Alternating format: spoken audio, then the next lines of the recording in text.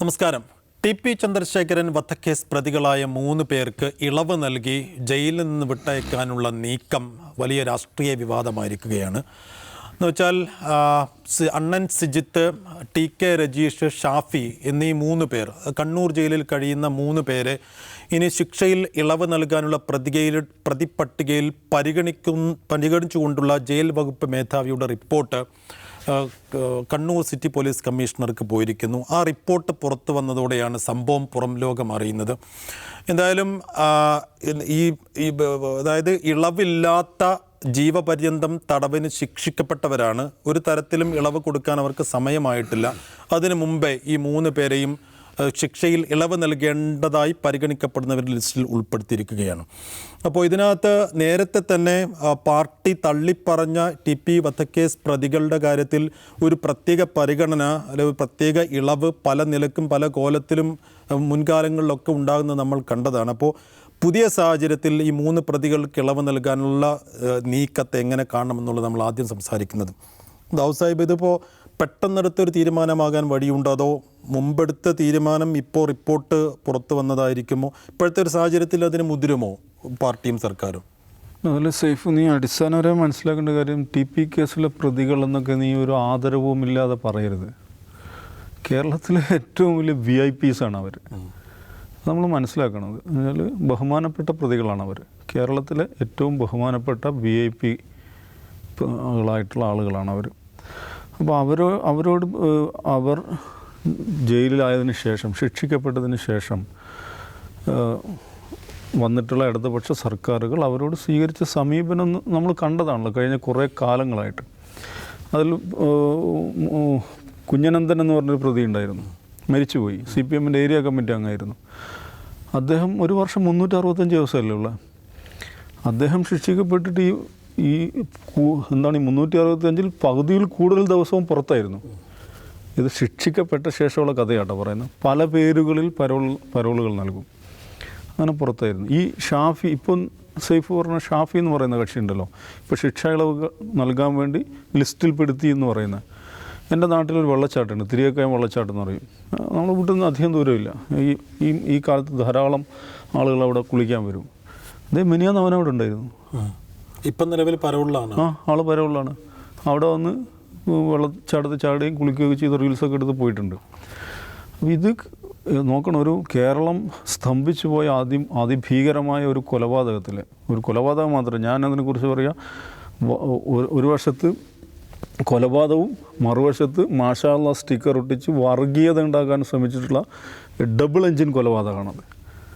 ഇത്രയും ഭീകരമായുള്ള ഒരു double engine കൊലപാതകത്തിലെ മുഖ്യ കാർമ്മികരായിട്ടുള്ള പ്രതികൾ അവർ സമൂഹത്തെ വെല്ലുവിളിച്ച് നടക്കുകയല്ലേ. നോക്കൂ, ഈ ഇലക്ഷന് തൊട്ട് മുമ്പാണ് ഇവരുടെ ശിക്ഷ വർദ്ധിപ്പിക്കുന്നത് കോടതി.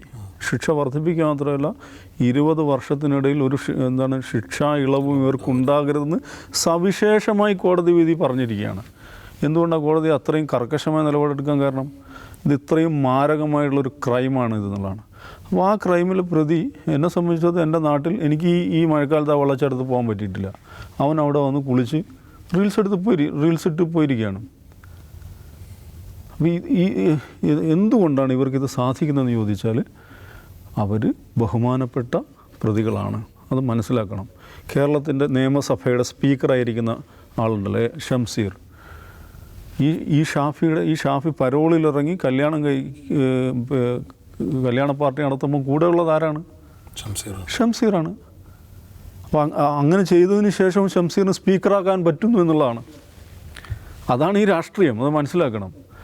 അപ്പോൾ അത് CPM ടി.പി. കൊലക്കേസിൽ ഞങ്ങൾക്ക് പങ്കില്ല, ടി.പി. കൊലക്കേസിലെ പ്രതികൾക്ക് ഞങ്ങളുമായിട്ട് ബന്ധമില്ല എന്ന് പറയുന്നത് പച്ചക്കള്ളമാണ്. ഇത് CPMൻ്റെ ആസൂത്രിതമായൊരു പദ്ധതിയായിരുന്നു. അതുകൊണ്ടാണ് ഈ പറയുന്ന മാഷാ അല്ലാഹ് സ്റ്റിക്കർ വരുന്നു.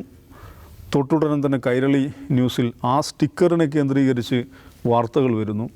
തൊട്ടടുത്ത വള്ളിക്കാട് ജുമാ മസ്ജിദ് രാത്രി വൈകുവോളം ലൈറ്റുകൾ അണയാതെ കിടപ്പുണ്ടായിരുന്നു സവിശേഷമായി പാർട്ടി ചാനൽ റിപ്പോർട്ട് ചെയ്യുന്നു.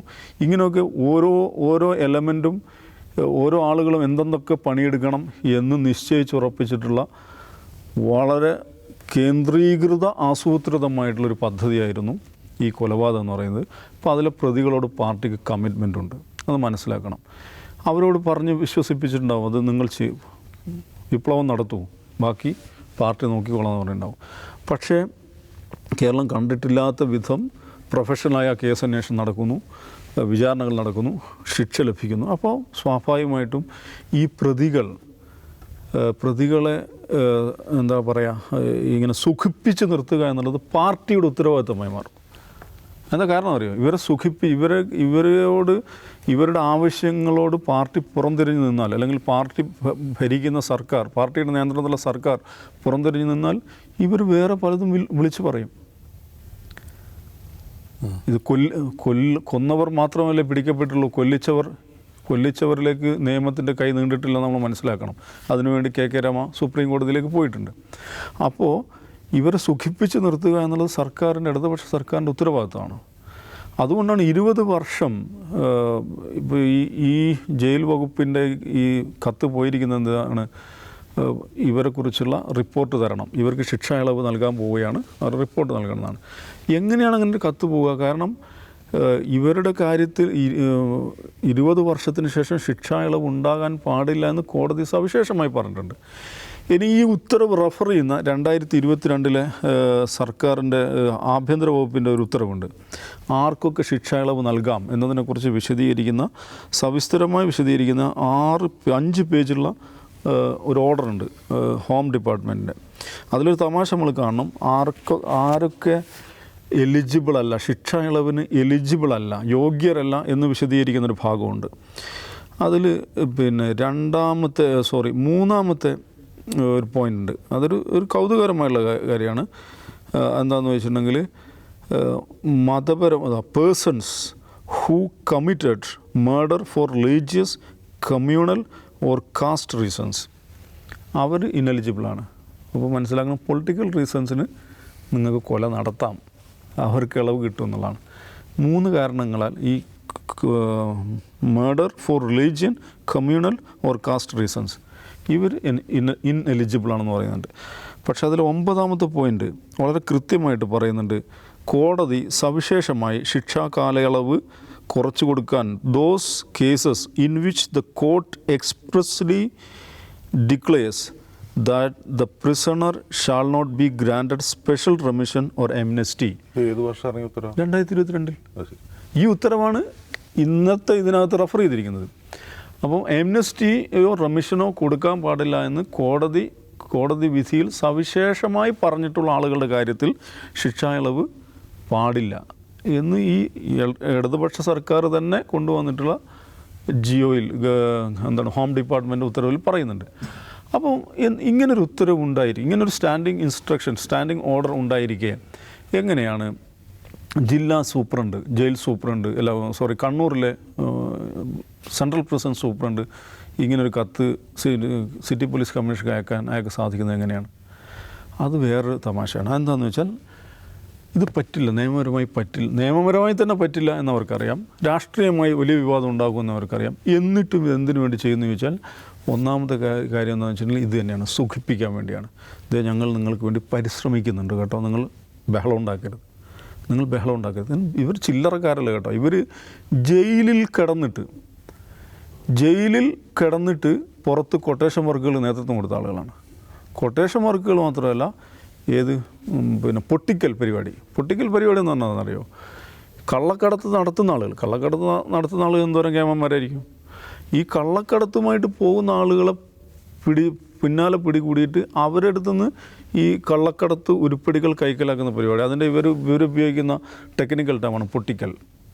അപ്പോൾ ജയിലിനകത്ത് നിന്നിട്ട് പൊട്ടിക്കൽ ഓപ്പറേഷൻ നടത്താൻ മാത്രം കെൽപ്പും കേമത്തരവും പ്രാഗൽഭ്യവുമുള്ള പ്രൊഫഷണൽസാണ് ഇവർ, മനസ്സിലാക്കണം.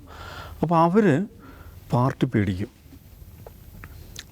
ഇവർ എന്തെങ്കിലും വിളിച്ച് പറയുമോ, എന്തെങ്കിലും ചെയ്യുമോ എന്ന പേടി പാർട്ടി നേതൃത്വത്തിനുണ്ട്. അതുകൊണ്ട് അവർക്കൊരു മെസ്സേജ് കൊടുക്കുകയാണ്, ഞങ്ങൾ നിങ്ങളുടെ കാര്യത്തിൽ പരമാവധി പരിശ്രമിക്കുന്നുണ്ട് കേട്ടോ, കുഴപ്പമുണ്ടാക്കരുതേ എന്നുള്ള മെസ്സേജ് ഇവർക്ക് കൊടുക്കുകയാണ് ഒരു ഭാഗത്ത് ചെയ്യുന്നത്. രണ്ടാമത്തത്, ഇതിൽ പിന്നെ വർഷത്തിന് കണക്ക് പറയുന്നുണ്ട്. ഇത്ര വർഷത്തെ പ്രതികൾക്ക് ഇത്ര വർഷം റെമിഷൻ എന്നൊക്കെ പറയുന്നുണ്ട്. ആ കാറ്റഗറി പ്രകാരമോ ഈ 9ാമത്തെ നമ്പർ പ്രകാരം ഏത് കോടതി വിധിയിൽ സവിശേഷമായി പറഞ്ഞിട്ടുള്ള ആളുകൾ അവരുടെ കാര്യത്തിലും പറ്റില്ല എന്ന് പറഞ്ഞിരിക്കെ എഗൻ ഇവരുടെ പേര് പറഞ്ഞിട്ട് എന്തുകൊണ്ടാണ് ജയിൽ സൂപ്രണ്ട് കത്തയക്കുന്നതെന്ന് ചോദിച്ചാൽ അതിന് മറ്റൊരു സംഗതി എന്ന് വെച്ചാൽ ഒന്നാമത്തെ സൂചിപ്പിക്കുക എന്നുള്ളത്. മറ്റൊന്ന്, ഈ അടുത്ത ജയിൽ ഉപദേശക സമിതിയിൽ ഇവരെക്കുറിച്ചൊരു ചർച്ച വരുമ്പോൾ നേരത്തെ തന്നെ ഇവരുടെ കാര്യത്തിൽ ശുപാർശ പോയതാണ്. അപ്പോൾ അവർ സവിശേഷമായി പരിഗണിക്കപ്പെടേണ്ടവരാണ്. അല്ലെങ്കിൽ അവരുടെ ജയിലിലെ പെരുമാറ്റം, ഇതിന് ഒരുപാട് ഘടകങ്ങളുണ്ട് ഇവരുടെ ജയിലിലെ പെരുമാറ്റം അതിൽ നിന്നൊക്കെ പറഞ്ഞിട്ട്. അപ്പോൾ അത് നേരത്തെ തന്നെ പോസിറ്റീവായ കാരണങ്ങളാൽ നേരത്തെ തന്നെ ശുപാർശ നൽകപ്പെട്ടവരാണ് എന്നത് അടുത്ത ഒരു ഉപദേശക സമിതിക്ക് അല്ലെങ്കിൽ അടുത്ത ഘട്ടത്തിൽ ഇവരുടെ ശിക്ഷ ഇളവ് പരിഗണിക്കുമ്പോൾ അതൊരു അഡീഷണൽ പോയിൻ്റായിട്ട് വരും.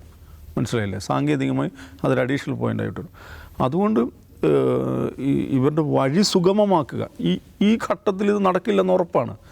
നിയമപരമായി നടക്കില്ല, രാഷ്ട്രീയമായി നടക്കില്ല. പക്ഷേ ഇവരുടെ വഴി സുഗമമാക്കുന്നതിൽ ഇതൊരു ഘടകമാണ്.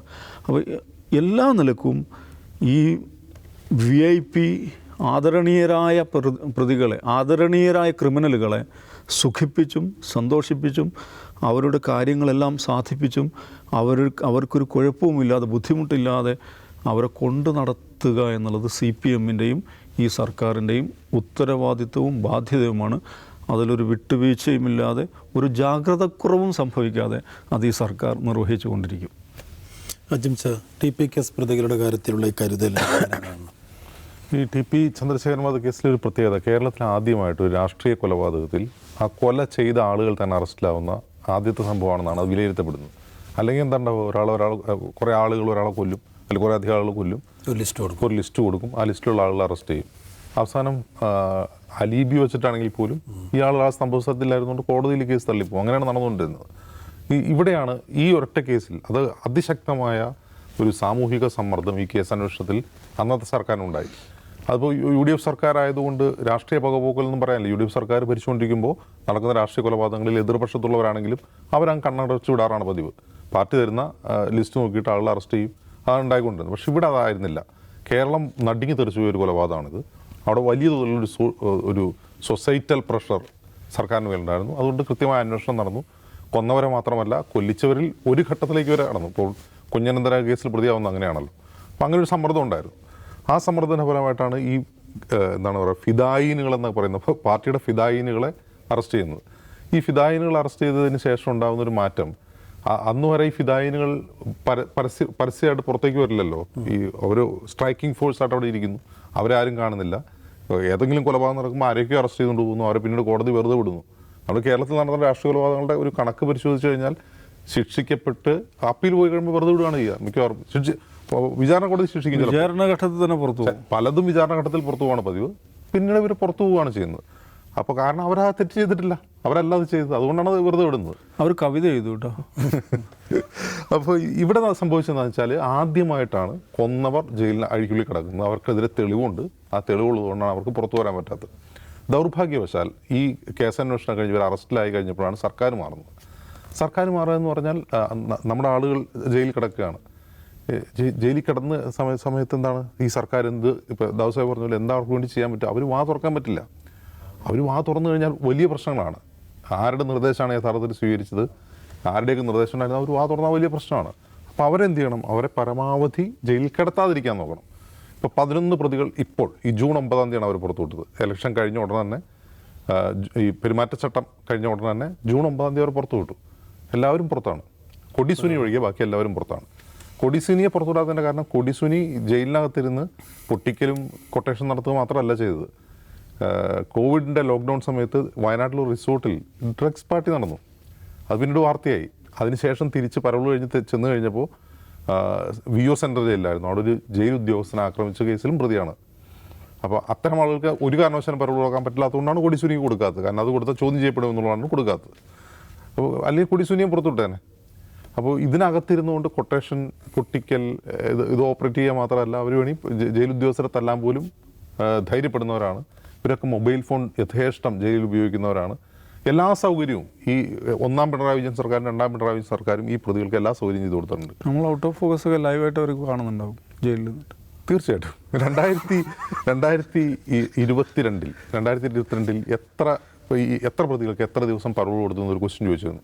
അന്നാണ് ഈ കുഞ്ഞനന്തൻ ഉൾപ്പെടെയുള്ളവർക്ക് പരോൾ കൊടുത്തതിൻ്റെ കണക്ക് പുറത്തു വന്നത്. അപ്പോൾ ഓരോരുത്തർക്കും ഈ തടവ് ശിക്ഷ കാലത്ത് 320 ദിവസം മുതൽ ഏറ്റവും കുറഞ്ഞ 175 ദിവസമെങ്കിലും എല്ലാ പ്രതികൾക്കും പരോൾ കൊടുത്തിട്ടുണ്ട്. അതായത് 175 ദിവസം എന്ന് പറഞ്ഞാൽ എത്ര മാസമാണെന്ന് ആലോചിച്ച് നോക്കുക. പിന്നെ എന്തോന്ന് തടവ് ശിക്ഷയാണ്. ഇടയ്ക്കുന്ന് അമ്മായി വീട്ടിൽ പോകുന്നവർ ജയിലിൽ പോയിട്ട് തിരിച്ചു വരിക എന്നുള്ളതാണ് യഥാർത്ഥത്തിൽ നടക്കുന്ന തടവ് ശിക്ഷ. ഇപ്പോഴും അവർ പുറത്താണ്. നമ്മളത് പ്രത്യേകം ശ്രദ്ധിക്കേണ്ടത്. ഇപ്പോൾ സംസാരിച്ചുകൊണ്ടിരിക്കുമ്പോൾ അവർ പുറത്തുണ്ട്. അവർ ജയിലിൽ നിന്നും പുറത്തിരുന്നും കേൾക്കുന്നുണ്ടാവും ഇതൊക്കെ. അപ്പോൾ ഇതാണ് ഇതിൻ്റെ അവസ്ഥ. അപ്പോൾ ഇത് എന്തുകൊണ്ട് ചെയ്യുന്നത് വെച്ചാൽ, ഇപ്പോൾ ഈ 2012 ഇവർ അറസ്റ്റിലായതിനു ശേഷം 2014 വളരെ നിർണായകമായ ഒരു തീരുമാനം ഉണ്ടായിരുന്നു. RSSുമായിട്ടുള്ള സംഘർഷങ്ങൾ അവസാനിപ്പിക്കാൻ വേണ്ടി പിണറായി വിജയൻ്റെ നേതൃത്വത്തിൽ ശ്രീ എമ്മിൻ്റെ നേതൃത്വത്തിൽ RSസുമായിട്ടൊരു സമാധാന ചർച്ച നടന്നപ്പോൾ കണ്ണൂർ കേന്ദ്രീകരിച്ച് കണ്ണൂർ സമാധാനമുണ്ട്. നമ്മൾ കഴിഞ്ഞൊരു 10 വർഷമായിട്ട് നമ്മൾ കാണുന്നത് എന്താണെന്ന് വെച്ചാൽ, മുമ്പുണ്ടായിരുന്നത്ര ഒരു അക്രമ രാഷ്ട്രീയം അല്ലെങ്കിൽ കൊലപാതകങ്ങൾ അവിടെ നടക്കുന്നില്ല എന്നുള്ളത് സത്യമാണ്. പക്ഷേ ഈ കൊലപാതകം നടന്നില്ലെങ്കിലും നമുക്ക് ഈ ഫിദായിനുകളെ പിരിച്ചുവിടാൻ പറ്റില്ല. സംഭവം സമാധാന കരാറാണെങ്കിലും സൈന്യം ബാരക്കിൽ തന്നെ ഇരിക്കണം. സൈന്യം ബാരക്കിൽ ഉണ്ടാവണം. ഈ സൈന്യത്തെ എന്ത് ചെയ്യും? ഇവരെ തീറ്റിപ്പോറ്റുക എന്നുള്ളത് പാർട്ടിക്ക് ഒരു ബാധ്യത തന്നെയാണ്. കാരണം മുൻകാലങ്ങളിലുള്ള കേസും ഉണ്ട്.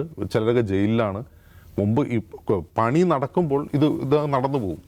ഒരു പണിയില്ലാതെ സൈന്യം ബാരക്കിലിരിക്കുമ്പോൾ ഇവർക്ക് ചെലവിന് കൊടുക്കുക എന്നുള്ള പാർട്ടിയെ സംബന്ധിച്ച് ബാധ്യതയാണ്. ആ ബാധ്യത ഒഴിവാക്കാൻ വേണ്ടിയിട്ടാണ് പൊട്ടിക്കൽ കേസുകൾ പാർട്ടി മൗനാനുവാദം നൽകുന്നത്. അല്ലെങ്കിൽ അർജുൻ നായങ്കി, ആകാശ് തില്ലങ്കേരി എന്നൊക്കെ പറയുന്ന പേരുകൾ നമ്മൾ കേൾക്കില്ലല്ലോ.